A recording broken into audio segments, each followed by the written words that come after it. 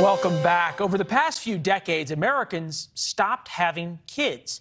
Not literally, but figuratively, and in a way that's really important, by enough numbers, that is. It's enough to terrify economists, doctors, and my mother, who really wants grandkids. New data from the CDC shows an alarming rate in the drop of Americans 15 to 45 with at least one child. In 2002, that was nearly 60% of women and 47% of men. That dropped to 52% of women and less than 40% of men. It's, well, just a family thing. It's also an economic thing. Even currently, though, we don't have enough workers to grow the American economy. With the numbers we're seeing right now, it will only get worse over the next few years. Leland Vittert is here, professor of data science at Washington University, features editor of the Harvard Data Science Review, also my favorite sister. Is this cultural or economic? The problem is economic, but the example of what's happening is cultural. The reason women are not having children anymore is not because of student debt or rising cost of living. It's because priorities have changed, career choices changed. And that's because we know that the age at first birth, the age that a woman first has a child, is getting later and later because of career choices.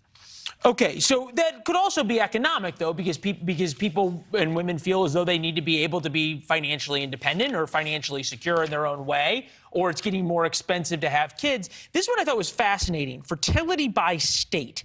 And if you put the map up and you look at it, I believe it's in red. There it is. Shockingly enough, the states with far more births per 1,000 women are predominantly red, meaning politically conservative states, and the states with much lower birth rates and who've also had a much bigger change in their birth rates towards fewer women having states are mostly liberal states. Yes, we've seen a real show of that in the surveys, but it also has to do with where our major metropolitan cities are, and that there's way more women who are working, who have careers in these metropolitan cities, which tend to be in more blue states. You also have the conservative values aspect of the red states, which promote this family value system. Well, it's family value system, or is it economic? I mean, if you think about North Dakota and South Dakota, they're primarily farmland. Where you still have family farms, you still have a need economically to have more kids. Is it also because it's cheaper to have kids there?